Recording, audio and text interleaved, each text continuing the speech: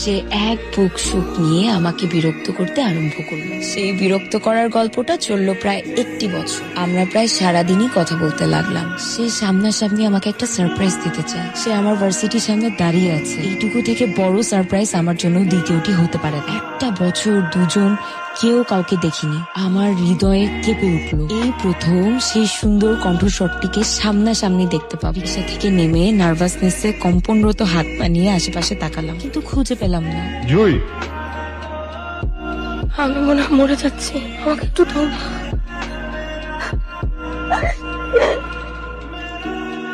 তুমি এত সুন্দর কেন? আমি কোনোদিন ভাবিনি তুমি এত সুন্দর হবে। তুমি এত ফর্সা কেন? পড়ে গেলাম না একটা বিপদে। আমি ভাবছিলাম একটা শ্যামবর্ণের মেয়েকে বিয়ে করবো। আমার সাথে এটা কি হলো?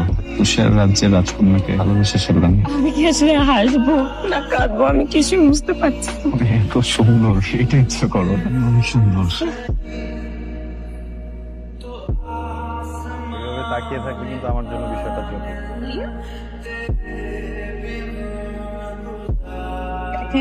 আমার মা একদম আমার মতো না, সরি মানে আমি একদম মার মতো না। আমার মার সাথে তুমি সনাতন। Let me explain. আমি এটাই তোমাকে বলছি।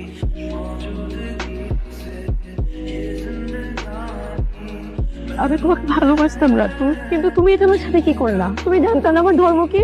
জানতাম, জানতা, তাহলে কখনো বলার প্রয়োজন মনে করো না আমাকে সেটা? উপায় ছিলাম। আমি যখন তোমার সাথে কথা শুরু করি তখন কিভাবে দিন পার হয়ে গেছে এটা মাথায় ছিল। কথাটা যে তোমাকে বলা হয়নি এটা মাথায় ছিল। দুটো মানুষ একই ধর্মের না এটাও মাথায় ছিল। বেশ মাথায় ছিল তুমি। প্রত্যেকটা মুহূর্ত তোমার প্রতি ভালোবাসা। যখন এটা মাথায় আসছে ততদিন অনেক দেরি হয়ে গেছে। কিভাবে বলবো বুঝতেছিলাম। মনে হচ্ছিল যদি অনেক কষ্ট পেয়ে যাও, যদি আমাকে ছেড়ে দাও। আমি তোমাকে অনেক ভালোবাসতাম রাতু। আমি কোনোদিনও চাই না আমাদের সম্পর্কের মাঝখানে কোনো ধরনের কোনো মিথ্যা কথা থাকুক। বিশেষ করে আমি তোমাকে কষ্ট দিতে চাইনি। অনেক ভালোবাসি তোমাকে অনেক। কি করতে হবে আমাকে বলো, সব করবো তোমার জন্য। একবার বলো। আমার জন্য নিজের ধর্ম ছেড়ে দিতে পারবা?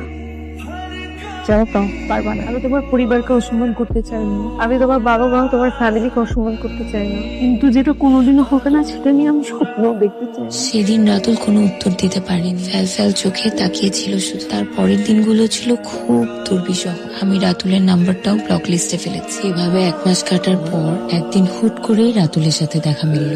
সে আমার ভার্সিটির গেটের সামনে দাঁড়িয়ে, হাতে জ্বলন্ত সিগারেট। দূর থেকে 2 ফোঁটা চোখের জল ফেলে এগিয়ে গেলাম তার দিকে।